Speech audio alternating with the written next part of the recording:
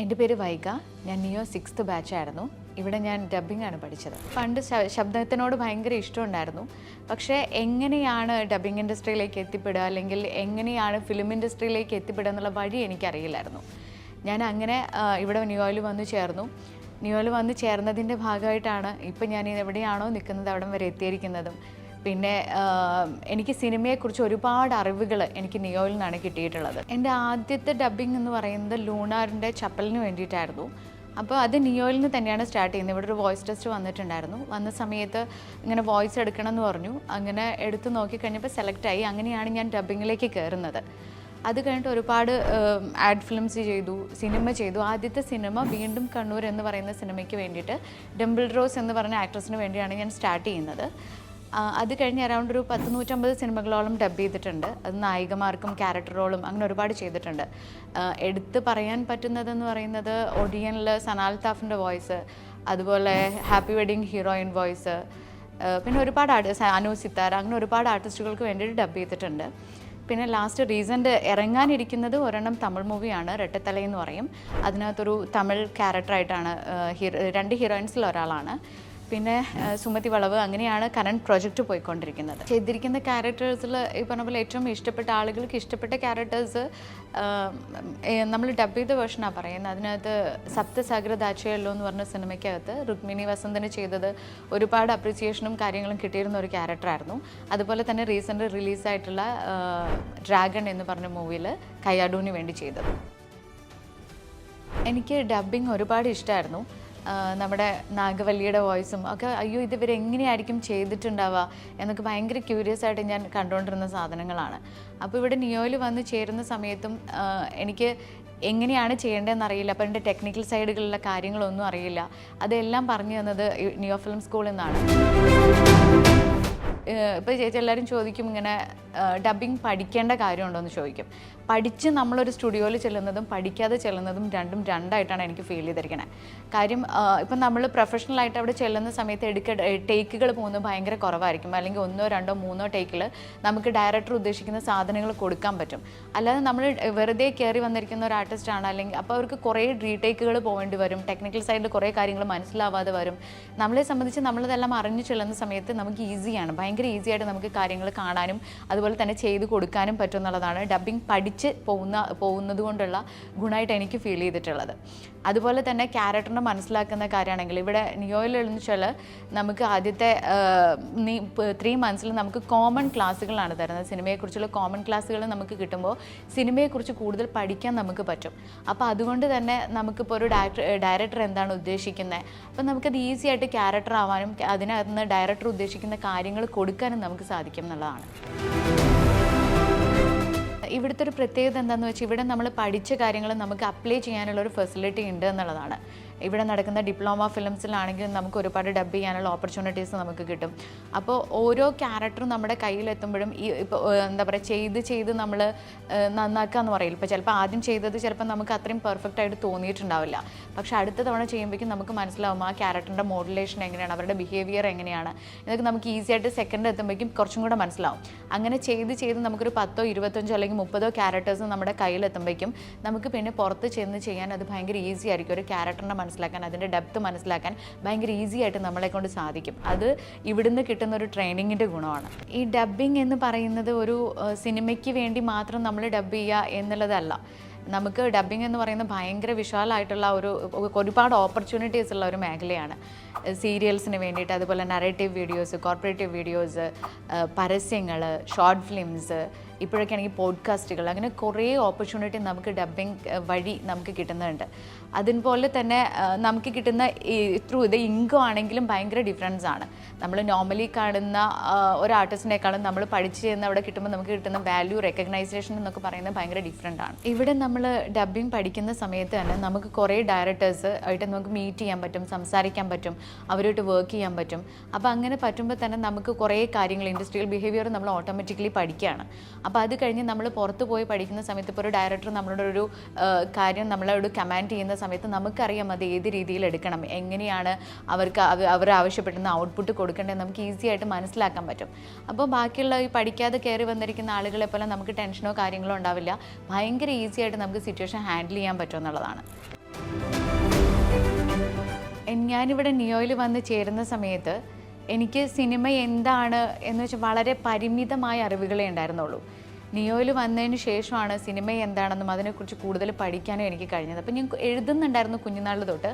പക്ഷേ എനിക്കൊരു റൈറ്റർ ആവാൻ പറ്റും അല്ലെങ്കിൽ ഒരു ഫിലിം മേക്കർ ആവാൻ പറ്റുമെന്ന് ഞാൻ സ്വപ്നത്തിൽ പോലും വിചാരിച്ചിട്ടുണ്ടായിരുന്നില്ല. ഇവിടുന്ന് കിട്ടിയിരിക്കുന്ന ക്ലാസ്സിൽ നിന്നാണ് എനിക്ക് അതിനുള്ള എല്ലാം എന്താ പറയുക ഒരു കോൺഫിഡൻസ് എനിക്ക് ഉണ്ടായി വന്നത്. അതിനുശേഷമാണ് ഞാൻ കൊതി എന്ന് പറഞ്ഞിരിക്കുന്ന ഒരു ഷോർട്ട് ഫിലിം എഴുതിയതും ഡയറക്റ്റ് ചെയ്തതും. അതിനായിരുന്നു last year 2022 Satyajit Ray film award best ഫിലിമിനുള്ള അവാർഡ് കിട്ടിയത്. അതുപോലെ തന്നെ ഒരുപാട് അവാർഡ്സ് അതിന് കിട്ടേണ്ടായി. നിയോയിൽ വന്നില്ലായിരുന്നെങ്കിൽ ഒരിക്കലും എന്നെക്കൊണ്ടത് സാധിക്കില്ലായിരുന്നു. അതുപോലെ തന്നെ ഇപ്പോൾ കുറച്ച് സിനിമകൾക്ക് വേണ്ടിയിട്ട് ഇങ്ങനെ എഴുതാൻ നമ്മൾ കമ്മിറ്റ് ചെയ്ത് വെച്ചിട്ടുണ്ട്. അതിന് എല്ലാറ്റിനുള്ള ധൈര്യം എനിക്ക് തന്നത് നിയോ ഫിലിം സ്കൂളാണ്. ഇപ്പം നമ്മൾ എവിടെയെങ്കിലും ചെല്ലുന്ന സമയത്ത് അല്ലെങ്കിൽ ഒരു വർക്ക് ചെയ്യുന്ന സമയത്ത് എവിടെയാണ് പഠിച്ചതെന്ന് ചോദിക്കുമ്പോൾ നിയോ ഫിലിം സ്കൂളാണെന്ന് പറയുമ്പോൾ ഓരോ ഫിലിം സെറ്റിലും അല്ലെങ്കിൽ ഞങ്ങൾ വർക്ക് ചെയ്യുന്ന സ്ഥലത്ത് ഞാനും നിയോയിൽ നിന്നാണ് എന്ന് പറഞ്ഞിട്ട് നമ്മൾ ഇൻട്രൊഡ്യൂസ് ചെയ്യാൻ അല്ലെങ്കിൽ പരിചയപ്പെടാൻ വേണ്ടി വരുന്ന കുറേ പേരുണ്ട്. അപ്പോൾ അത് നമുക്ക് ഭയങ്കര ഒരു എന്താ പറയുക ആത്മവിശ്വാസം തരുന്ന ഒരു കാര്യമാണ്. ഒരു ഇൻഡസ്ട്രിയിൽ അല്ലെങ്കിൽ ഒരു വർക്കിൽ ഒരു സിനിമയിൽ ഒരു പടത്തിൻ്റെ ക്രൂവിൽ നമ്മൾ എത്തിപ്പെടുമ്പോൾ അതിനകത്തൊരു 50% പേര് നിയോയിൽ നിന്ന് പഠിച്ചു വന്നിട്ടുള്ളവരാണ് എന്ന് അറിയുമ്പോൾ നമുക്ക് ഭയങ്കര സന്തോഷം തോന്നാറുണ്ട്. അത് എന്നെ സംബന്ധിച്ചൊരു എന്താ പറയുക പ്രോത്സാഹനം കൂടിയാണ്. ഇവിടുത്തെ പഠിപ്പിക്കലിൻ്റെ പ്രത്യേകത അങ്ങനെ ഞാൻ പറയുള്ളൂ. പഠിപ്പിക്കലിൻ്റെ പ്രത്യേകത എന്താണെന്ന് വെച്ച് കഴിഞ്ഞാൽ ഇപ്പം നമ്മൾ ഒരു ഡിപ്പാർട്ട്മെൻറ്റിൽ അല്ലെങ്കിൽ ഞാനിപ്പോൾ വന്നിരുന്നത് ഡബ്ബിങ് പഠിക്കാനാണെങ്കിലും എനിക്ക് ഡബ്ബിങ്ങിനെ കുറിച്ച് മാത്രമല്ല അറിവുണ്ടായിരുന്നത്. കാരണം വന്നു കഴിഞ്ഞാൽ ആദ്യത്തെ 3 മാസത്തിനുള്ളിൽ നമുക്ക് സിനിമയെക്കുറിച്ചുള്ള കോമൺ ക്ലാസ്സുകളാണ് കിട്ടുന്നത്. അപ്പോൾ നമുക്ക് എഡിറ്റിങ്ങിൽ എന്താണ് നടക്കുന്നതെന്ന് അറിയാം, ക്യാമറയിൽ എന്താണ് സംഭവിക്കുന്നതെന്ന് അറിയാം, ഒരു ഡയറക്ടർ എടുക്കുന്ന എഫേർട്ട് എന്താണെന്നറിയാം, സ്ക്രിപ്റ്റിൽ എന്താണ് നടക്കുന്നതെന്ന് അറിയാം. ഇങ്ങനെയുള്ള എല്ലാ കാര്യങ്ങളെക്കുറിച്ചും നമുക്ക് അറിവുണ്ടാവുകയാണ് ചെയ്യണത്. ഇപ്പം നമ്മൾ ചെയ്തിരിക്കുന്ന ക്യാരക്ടർ ആണെങ്കിൽ നമുക്കത് ഈസിയാണ് ഡബ് ചെയ്യാൻ. കാരണം നമുക്കറിയാം എവിടെയാണ് നമ്മൾ മോഡുലേറ്റ് ചെയ്തിരിക്കുന്നത്, എവിടെയാണ് എഫർട്ട്സ് ഇട്ടിരിക്കുന്നത് എന്നൊക്കെ നമുക്ക് ഈസി ആയിട്ട് മനസ്സിലാക്കാൻ പറ്റും. പക്ഷേ അത് നമ്മൾ മറ്റൊരാൾക്ക് വേണ്ടി അല്ലെങ്കിൽ മറ്റൊരു ആർട്ടിസ്റ്റിന് വേണ്ടി ചെയ്യുന്ന സമയത്ത് അത്ര ഈസി ആയിരിക്കില്ല. നമ്മൾ ആ ക്യാരക്ടറിനെ നന്നായിട്ട് മനസ്സിലാക്കിയിട്ടുണ്ടെങ്കിൽ മാത്രമേ നമുക്ക് ഈ പറഞ്ഞ രീതിയിലുള്ള എഫർട്ട്സും കാര്യങ്ങളും ഒക്കെ കൊടുത്ത് ആ ക്യാരക്ടറിനെ അതിൻ്റെ കംപ്ലീറ്റ് ആയിട്ടുള്ള ഒരു വേർഷനിലേക്ക് നമുക്ക് കൊണ്ടുപോകാൻ പറ്റുള്ളൂ. ഇപ്പോൾ ഇതിനേക്കാളും കുറച്ചും കൂടെ ഡിഫിക്കൾട്ടാണ് നമ്മൾ മറ്റു ഭാഷയിൽ നിന്ന് ഇങ്ങോട്ട് വരുന്നത് ചെയ്യുക എന്നുള്ളത്. അത് ചെയ്യുമ്പോൾ എല്ലാവർക്കും പറ്റുന്നൊരു അല്ലെങ്കിൽ സംഭവിക്കാറുള്ളൊരു കാര്യം എന്ന് വെച്ച് കഴിഞ്ഞാൽ ഒരു ടോൺ കിടക്കാറുണ്ട്. ഇപ്പം നമ്മൾ ഡബ് ചെയ്ത് വരുന്ന സാധനങ്ങളിലെല്ലാം ഒരു ടോൺ കിടക്കും. പക്ഷെ അത് ഇല്ലാണ്ട് നമ്മളത് കറക്റ്റ് ഒരു മലയാളം മൂവി കാണുന്ന പോലെ തന്നെ ഒരു ഡബ്ബിങ് ഫിലിം കാണാൻ പറ്റുക എന്ന് പറയുന്നത് അത് നമ്മൾ ആ ക്യാരക്ടറിനെ മനസ്സിലാക്കി നമുക്ക് നമ്മുടെ ലാംഗ്വേജിനൊരു റിതം ഉണ്ട്. ആ റിതം നമ്മൾ മനസ്സിലാക്കി അതിനകത്തേക്ക് കൺവേർട്ട് ചെയ്ത് നമ്മൾ ചെയ്യുമ്പോൾ മാത്രമേ ഈ പറഞ്ഞ ഒരു സുഖത്തോടു കൂടി നമുക്ക് മലയാളം ഡബ് ചെയ്ത് വരുന്ന സിനിമകൾ കാണാൻ പറ്റുള്ളൂ. അപ്പം അത് ഈ പറഞ്ഞ രീതിയിൽ നമുക്ക് ചെയ്യണമെന്നുണ്ടെങ്കിൽ കുറച്ചും കൂടി എക്സ്പീരിയൻസ് വേണം. ആ എക്സ്പീരിയൻസ് ഒക്കെ നമുക്ക് ഉണ്ടാക്കിയെടുക്കാൻ എപ്പോഴും പഠിച്ചു പോകുന്നതാണ് നല്ലതെന്ന് എനിക്ക് തോന്നിയിട്ടുണ്ട്. അതുപോലെ തന്നെ ഈ ചില ആക്ടേഴ്സ് നമുക്ക് ലിപ്സിങ്ക് ഒക്കെ പിടിക്കാമെന്ന് പറയും, ഭയങ്കര പാടാണ് നമുക്ക് ഈ സിങ്ക് പിടിച്ചു വരാനൊക്കെ ആയിട്ട്. കാരണം ചിലപ്പോൾ ഭയങ്കര ഇമോഷണലി വർക്ക് ചെയ്തിരിക്കുന്ന ഒരു സീനായിരിക്കും ഡയറക്ടർ, പക്ഷെ അതിനനുസരിച്ച് ആർട്ടിസ്റ്റ് പെർഫോം ചെയ്തിട്ടുണ്ടാവില്ല. ഇപ്പം അച്ഛനെവിടെയാ അല്ലെങ്കിൽ ജസ്റ്റ് ഒരു എക്സാമ്പിൾ പറയുകയാണെങ്കിൽ അച്ഛനവിടെ എന്തെടുക്കുക എന്ന് ചോദിച്ചൊരു സാധനം ആർട്ടിസ്റ്റ് പറഞ്ഞിട്ടുണ്ടാവുക അച്ഛനവിടെ എന്തെടുക്കുക ഈ ഒരു ടോണിലായിരിക്കും പറഞ്ഞിട്ടുണ്ടാവുക. ഇത് നമ്മൾ അവിടേക്ക് എത്തിക്കുക എന്ന് പറയുമ്പോൾ ഒരു പ്രശ്നം എന്താണെന്ന് വെച്ചാൽ ഈ പറഞ്ഞ പോലെ ഫേസിൽ അത് ഉണ്ടായിരിക്കില്ല. അപ്പം നമ്മൾ ഫേസിന് ആപ്റ്റ് ചെയ്ത രീതിയിൽ നമ്മുടെ പിച്ച് കയറ്റി ഡയറക്ടർക്ക് കൺവിൻസ് ആവുന്ന രീതിയിൽ നമ്മളെ ഡയലോഗ് പറഞ്ഞ് ഫലിപ്പിക്കുമ്പോഴാണ് ആ ക്യാരക്ടർ ഇവിടെ ക്യാരക്ടറായിട്ട് നിലനിൽക്കുകയുള്ളൂ. അപ്പോൾ അങ്ങനെയുള്ള കാര്യങ്ങളൊക്കെ നമുക്ക് പറഞ്ഞ് പഠിപ്പിച്ചു തന്നത് അല്ലെങ്കിൽ നമുക്ക് എക്സ്പീരിയൻസിലൂടെ അല്ലെങ്കിൽ നമ്മളിവിടുന്ന് പഠിക്കുന്നത് നിയോ ഫിലിം സ്കൂളിൽ നിന്നാണ്. കുറേ ക്യാരക്ടേഴ്സ് ഞാനിവിടുന്ന് എനിക്ക് തോന്നുന്നു പഠിക്കുന്ന സമയത്ത് ചെയ്തിട്ടുണ്ടായിരുന്നു. അപ്പോൾ നമുക്ക് പിന്നീട് അങ്ങോട്ട് ചെല്ലുന്ന സമയത്ത് ഓക്കെ ഇത് നമുക്ക് ചെയ്യാൻ പറ്റും എന്നുള്ളൊരു വിശ്വാസം ഉണ്ടായിരുന്നു. ഞാൻ വളരെ സാധാരണ കുടുംബത്തിൽ ജനിച്ചൊരു കുട്ടിയാണ്. അപ്പം എനിക്ക് ഡബ്ബിങ് ഇഷ്ടമാണ്, സിനിമ ഇഷ്ടമാണ് എന്ന് പറഞ്ഞിട്ട് അങ്ങോട്ട് കൈപിടിച്ച് കയറ്റാൻ ആരും ഉണ്ടായിരുന്നില്ല. ആ സമയത്താണ് ഞാൻ നിയോ ഫിലിം സ്കൂളിൽ വരുന്നത്. എൻ്റെ സിനിമയിലേക്കുള്ള യാത്രയിൽ എന്നെ സാധാരണ ഒരു വ്യക്തിയിൽ നിന്ന് ഇൻഡസ്ട്രി പേഴ്സണാക്കി മാറ്റിയത് നിയോ ഫിലിം സ്കൂളാണ്. അപ്പോൾ അവിടുന്ന് ഇപ്പം എനിക്കിപ്പോൾ ചെന്നിട്ട് പറയാൻ എവിടുന്ന് വന്നു അല്ലെങ്കിൽ എന്താണ് എക്സ്പീരിയൻസ് എന്ന് ചോദിക്കുമ്പോൾ എനിക്ക് അവരോട് പറയാനുള്ളത് ഞാൻ നിയോ ഫിലിം സ്കൂളിൽ ഒരു സ്റ്റുഡൻ്റ് ആണ് എന്ന് പറഞ്ഞിട്ടാണ് ഞാൻ അവരുടെ അടുത്ത് ഇൻട്രൊഡ്യൂസ് ചെയ്തിരുന്നത്. സോ എനിക്ക് ആ വഴി ഭയങ്കര ഈസി ആയിരുന്നു എന്നെനിക്ക് തോന്നിയിട്ടുണ്ട്. അതുപോലെ നമ്മളിപ്പോൾ സാധാരണ ഒരാൾ കയറി വരുമ്പോൾ ചിലപ്പോൾ അത് പറ്റിക്കോളണം എന്ന് എനിക്ക് തോന്നണില്ല. പക്ഷേ ഇങ്ങനൊരു കാര്യം ഉള്ളതുകൊണ്ട് നിയോ ഫിലിം സ്കൂൾ എന്ന് പറയുന്ന ഒരു ബാക്ക്ഗ്രൗണ്ട് നമുക്കുള്ളതുകൊണ്ട് ഞാൻ അവിടുത്തെ സ്റ്റുഡൻ്റാണ്. എന്ന് പറഞ്ഞ് നമുക്ക് ചെല്ലാം. അപ്പോൾ വോയിസ് ടെസ്റ്റോ കാര്യങ്ങളുണ്ടെങ്കിൽ നമുക്ക് അറ്റൻഡ് ചെയ്യാം. അറ്റൻഡ് ചെയ്ത് കഴിഞ്ഞ് നമ്മളവിടെ എൻ്റർ ആവോ ഇല്ലയോ എന്നുള്ളത് നമ്മുടെ ടാലൻറ്റ് പോലെ ഇരിക്കും. എന്നാൽ പോലും നമുക്ക് ആ വഴി തുറന്നിട്ട് തന്നത് നിയോ ഫിലിം സ്കൂളാണ്. ഡബ്ബിംഗ് എന്ന് പറയുന്നത് ആക്ച്വലി എനിക്ക് ഫീൽ ചെയ്തിട്ടുള്ളൊരു കാര്യം എന്ന് വെച്ച് കഴിഞ്ഞാൽ കൂട് വിട്ട് കൂട് മാറുക എന്ന് പറയില്ലേ, അങ്ങനത്തെ ഒരു പ്രോസസ്സായിട്ട് എനിക്ക് തോന്നിയിട്ടില്ല. അതായത് നമ്മളെന്ന് പറയുന്ന പേഴ്സണാലിറ്റിയെ മാറ്റി നിർത്തി നമ്മൾ ഡബ്ബിംഗ് സ്യൂട്ടിൽ നിൽക്കുന്ന സമയത്ത് ആരാണോ സ്ക്രീനിൽ കാണുന്ന ക്യാരക്ടർ അയാളിലേക്ക് നമ്മൾ അല്ലെങ്കിൽ അയാളെ ആവാഹിച്ച് നമ്മൾ പറയുക എന്നുള്ളതാണ്. ഞാൻ ചെയ്തിരിക്കുന്ന ക്യാരക്ടേഴ്സിൽ എനിക്ക് ഏറ്റവും കൂടുതൽ ഞാൻ എഫേർട്ട് എടുത്ത് ചെയ്തിരിക്കുന്ന ഒരു ക്യാരക്ടർ എന്ന് പറയുന്നത് ഡാസ്ലിംഗ് ദ മെറ്റ ഗേൾ എന്ന് പറയുന്ന മൂവിയാണ്. അതൊരു എക്സ്പെരിമെൻ്റൽ മൂവിയായിരുന്നു. ഒരുപാട് ഫോറിൻ കൺട്രീസിലൊക്കെ അംഗീകാരം കിട്ടിയിട്ടുള്ള ഒരു സിനിമയായിരുന്നു അത്. അപ്പം അതിൻ്റെ ഒരു പ്രത്യേകത എന്താണെന്ന് പറഞ്ഞാൽ അതിനകത്ത് വിത്തൗട്ട് ഡയലോഗ്സ് ആണ് മൂവി പോയത്. പക്ഷേ എല്ലാ ഇമോഷൻസും ഉണ്ടായിരുന്നു. പ്രണയം ഉണ്ടായിരുന്നു, കാമം ഉണ്ടായിരുന്നു, അതുപോലെ തന്നെ പേടിയുണ്ടായിരുന്നു. ഈ പറഞ്ഞ എല്ലാ ഇമോഷൻസും നമ്മൾ ഹാൻഡിൽ ചെയ്തത് എഫേർട്സ് ത്രൂ ആയിരുന്നു. അപ്പോൾ എന്നെ സംബന്ധിച്ച് അത് ഭയങ്കര നമ്മൾ ഈ പറഞ്ഞ പോലെ എല്ലാം എഫേർട്സിലൂടെ നമ്മൾ ഈ പറഞ്ഞിരിക്കുന്ന ഭാവങ്ങളെല്ലാം കൺവേ ചെയ്യുക എന്ന് പറഞ്ഞത് ഇച്ചിരി ഡിഫിക്കൽട്ടായിരുന്നു. പക്ഷേ അത് നന്നായിട്ട് ചെയ്യാൻ പറ്റി എന്നാണ് ഞാൻ വിശ്വസിക്കുന്നത്. കാരണം വേൾഡ് വൈഡ് അത് പോകുന്ന സമയത്ത് ഒരാൾ മാത്രമേ ഉള്ളൂ, വേറെ സ്ക്രീനിൽ വേറെ ആരും ഇല്ലാത്തൊരു സിനിമ, ഒരൊറ്റ നായിക മാത്രം. അപ്പോൾ അതും ഫേസ് ഇല്ല എന്നുള്ളതാണ്, ആളുടെ ഫേസ് കാണിക്കാത്തൊരു മൂവി. ആ മൂവിക്കകത്ത് അത്രയും അങ്ങനെ ഒരു ക്യാരക്ടറിന് വോയിസ് ചെയ്യാൻ പറ്റി എന്നുള്ളത് ഞാൻ ഭയങ്കര ബ്ലെസ്ഡ് ആയിട്ട് കാണുന്ന ഒന്നാണ്. അതുപോലെ തന്നെ 1000 ബേബീസിനകത്ത് മെറിൻ എന്ന് പറയുന്ന ക്യാരക്ടറും ചെയ്തിരിക്കുന്നത് ഞാനായിരുന്നു. അതും ഒരുപാട് ഈ പറഞ്ഞ പോലെ അംഗീകാരങ്ങൾ മീൻസ് ആളുകൾ റെക്കഗ്നൈസ് ചെയ്ത് നന്നായിട്ടുണ്ട് എന്ന് പറഞ്ഞിരുന്ന ഒരു സാധനമാണ്. ഡബ്ബിംഗ് എന്ന് പറയുന്നത് ശരിക്കും വോയിസ് ആക്ടിംഗ് ആണ്. ഇപ്പം നമ്മൾ ഒരു ആക്ടറെ സംബന്ധിച്ചാണെങ്കിൽ ആ സമയത്ത് ഉണ്ടാകുന്ന കോവർക്കേഴ്സ്, അതുപോലെ തന്നെ കോസ്റ്റ്യൂംസ്, ഇതെല്ലാം അവർക്ക് ആ ക്യാരക്ടറിലേക്ക് എത്താനുള്ള വഴികളാണ്. പക്ഷേ ഒരു ഡബ്ബിംഗ് ആർട്ടിസ്റ്റിനെ സംബന്ധിച്ചിടത്തോളം ഇതൊന്നും ഉണ്ടാവില്ല. ഒരു മുറിയും അതിനകത്ത് ഒരു മൈക്കും മാത്രമാണ് നമ്മളെ സപ്പോർട്ട് ചെയ്യാൻ വേണ്ടി ഉണ്ടാവുകയുള്ളൂ.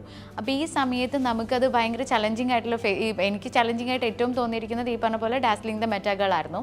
അപ്പോൾ അത് ചെയ്തുകൊണ്ടിരിക്കുന്ന സമയത്ത് ആ കുട്ടി ഭയങ്കര പെയിൻ എടുത്ത് കരയുന്ന ഒരു സാധനം ഉണ്ടായിരുന്നു. അപ്പം ഇത് എത്ര ചെയ്തിട്ടും നമുക്ക് ആ പെയിൻ എന്ന് പറയുന്നത് അതിൻ്റെ ആഴം പ്രേക്ഷകന് ഫീൽ ചെയ്യണം. അത്രയും പെയിനിലാണ് ആ കുട്ടി ഇരിക്കുന്നത് എന്ന് പ്രേക്ഷകന് ഫീൽ ചെയ്യണം.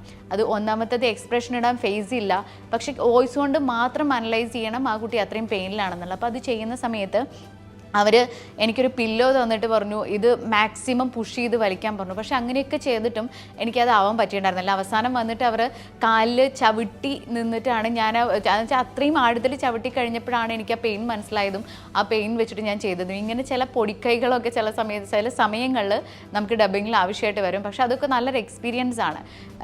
എന്നെ സംബന്ധിച്ച് അത് ഭയങ്കര രസമായിരുന്നു. അവസാനം ഔട്ട് കാണുന്ന സമയത്ത് ഓക്കെ നന്നായിട്ടുണ്ടല്ലോ എന്ന് നമ്മൾ അറിയുമ്പോൾ നമുക്ക് തോന്നുന്നൊരു സന്തോഷമുണ്ടല്ലോ, അത് ഭയങ്കര രസമായിരുന്നു.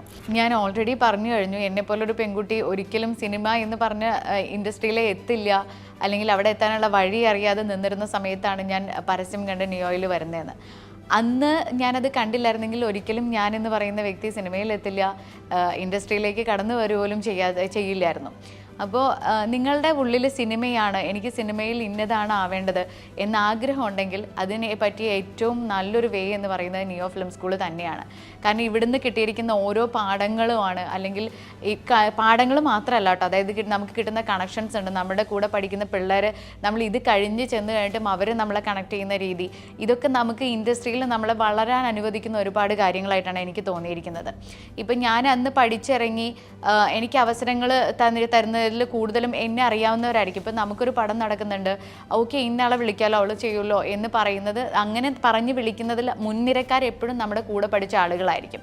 അപ്പോൾ അത് ഭയങ്കര നല്ലതാണ്. ഞാൻ വന്നിരിക്കുന്ന വഴി ഇതായതുകൊണ്ട്, നിയോ ഫിലിം സ്കൂൾ ആയതുകൊണ്ട് എനിക്ക് ഉറപ്പായിട്ട് പറയാൻ പറ്റും ഇതാണ് സിനിമ ആഗ്രഹിക്കുന്ന ഓരോ വ്യക്തിയുടെയും വഴി എന്നുള്ളത്. I am new, I am confident to create.